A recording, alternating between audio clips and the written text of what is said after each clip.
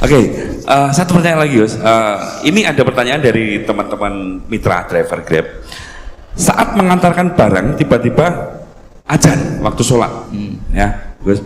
Lalu kita sebagai driver harus sholat dulu atau menyelesaikan orderan dulu, karena itu juga amanah kan orderannya itu. Mungkin nganter barang atau mungkin nganterin penumpang. Mengingat barang tersebut sudah ditunggu pemiliknya dan penumpang tersebut juga sudah ada janji yang lain, pokoknya gitu. Nyuwun pencerahannya, Gus, gitu. Begini ya, ini kan fikih sosial ya. Saya jawab, ini memang harus pakai fikih, nggak pakai rasa. Saya ulang lagi, pakai fikih, nggak pakai rasa. Waktu sholat itu kan banyak ya, diantaranya maghrib dan isya, duhur dan asar, terus subuh sendiri. Ya, ben sampean belajar fikih, orang belajar tasawuf ya. Nah, kalau subuh itu tidak ada toleransinya kalau waktunya sudah tinggal 10 menit karena tidak ada jamak. Ya, tidak ada apa? Jamak. Sehingga misalnya kalau kamu ngojek waktu tinggal 10 menit ya harus sholat. Tapi kalau sekedar dengar azan ya, ini penanyanya kayaknya itu teman kamu, jadi fikihnya kayak kamu, nggak jelas. Azan itu kan bukan akhir waktu sholat. Azan itu bukan akhir waktu sholat, tapi awal sholat. Itu tidak harus supir Grab, tidak harus supir Gojek. Meskipun kamu makan ada azan ya teruskan saja, kan tidak akhir waktu sholat. Anda menerima tamu, gendong anak, atau sedang nyupir, atau sedang bercengkrama sama teman. Kalau ada azan ya nggak apa-apa, misalnya diteruskan. Kan bukan akhir waktu sholat. Yang benar-benar harus ditinggalkan itu kalau waktu sholat misalnya tinggal 7 menit. Atau tinggal 8 menit. Waktu yang mau tidak mau kamu harus tasarrufkan, kamu peruntukkan injury time ya, nah, injury time. Nah, gitu aja kok nggak tahu ya. Nah, lalu misalnya, kalau pertanyaan tadi mestinya kelasnya itu kelas afdoliyah. Utamanya gimana? Kalau wajibnya belum ada karena kan waktunya masih panjang.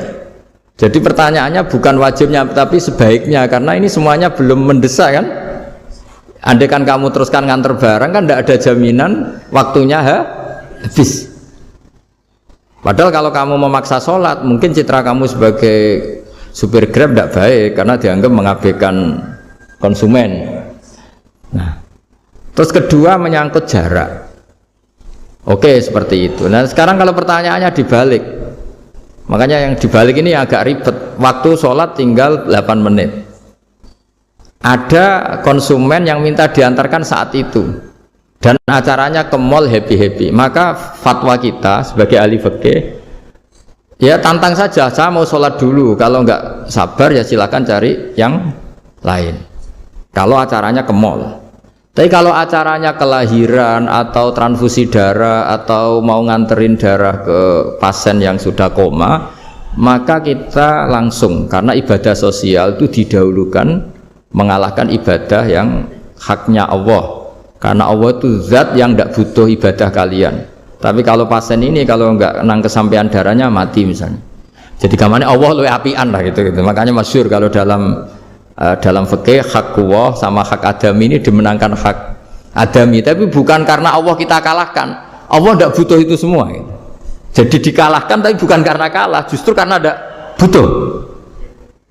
Ya ibarat gini lah, Allah itu saking baiknya Allah kan pasti di atas orang tua kita. Itu pasti ulang lagi, baiknya Allah pasti di atas orang tua kita. Orang tua kita saja baik, apalagi Allah. Misalnya orang tua kamu butuh uang 5.000, adik kamu butuh uang 5.000, adik kamu yang kecil atau ya, kira-kira orang tua kamu itu nyuruh dikasihkan beliau apa adik kamu, kira-kira saja ke adik kamu. Nah, Allah itu saking baiknya, hal yang terkait Allah, misalnya tadi sholat tepat waktu sama ibadah sosial itu disuruh ibadah sosial. Karena ini kalau nggak kesampaian transfusi darahnya atau apalah, atau kamu dokter yang harus mengurus operasi waktunya tinggal 5 menit, kamu harus ngoperasi pasien dulu karena Allah bisa menerima sholat kamu. Nah, tak terangkan lagi, ini fikih terus. Lalu sholat yang apa? Kalau sholat itu antara maghrib dan isya dan nanti yang terlambat itu maghrib, kita ngikuti ulama yang mengatakan jika ada darurat maka maghrib dan isya boleh dijamak meskipun tidak atas nama pergi. Kan jarak kamu kan tidak jarak masafatu qasrin.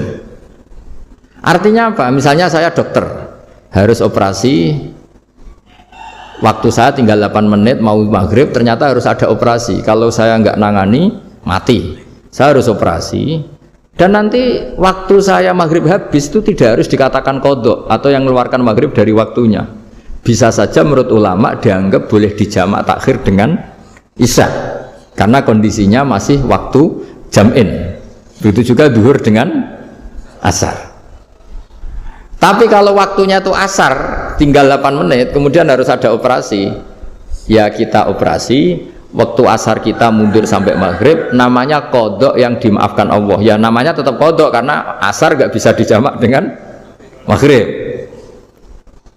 Jadi ini fikih ya, jadi jawabnya harus jelimet. Jadi saya ulang lagi ya, tadi kan pertanyaannya dengar adzan. Kalau adzan kan waktunya masih panjang, apalagi misalnya maghrib kan waktunya kan taruh saja ada waktu seperempat jam.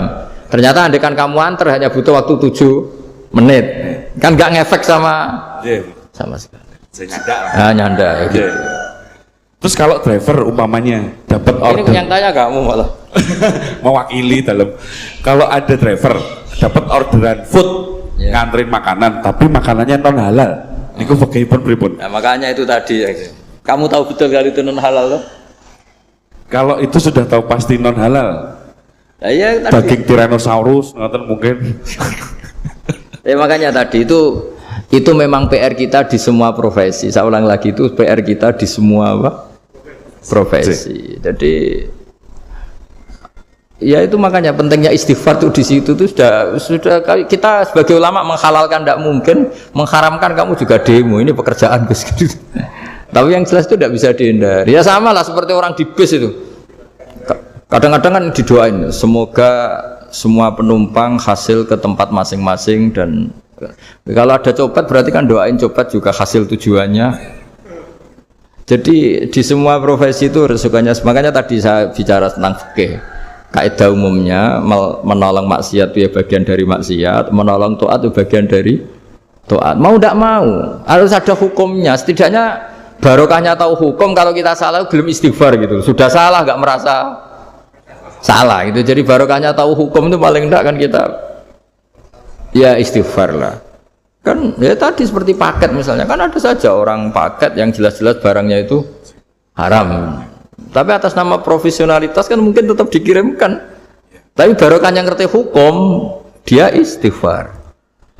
Nah, tapi karena kalau kita menyarankan sudah ada usah pekerjaan yang lain banyak nanti kan rai-rai potongan tawakal dikandani ngono kan ya repot. Nah kalau kita kiai guys gak apa-apa, wis pangeran sugih. Ngono sampean kok terus nuntut, Gus saya karena fatwa jenengan saya sekarang miskin, ini gimana pertanggungjawabannya? Ya ribet kan.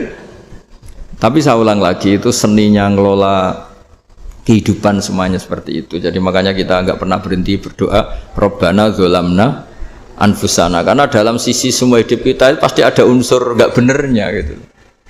Ya saya ulang lagi, pokoknya kaidah umumnya itu menolong taat itu ya ikut bagian dari taat, menolong maksiat ya bagian dari maksiat. Tapi ya tadi ya kita harus istighfar. Karena cuma tadi yang jelas-jelas maksiat dan kita tidak tajassus. Saya ulang lagi, tidak tajassus itu neliti wong nanti jelimet nih. Jadi misalnya ada perempuan mau ngojek ke sini ya diantar saja, jangan tanya detail. Itu apanya Mbak? Hubungannya dengan kamu apanya? Wah ya ribet kalau jadi kepo. Jadi kepo ya tidak perlu gitu. Artinya sudah umumnya orang saja sudah. Nah, lama-lama juga gitu. Kalau ada bapak-bapak main itu ke siapa Pak? Tujuannya laki apa perempuan Pak? Surat nikah mana Pak? Oh, surat nikah mana? Saya sudah nikah gitu.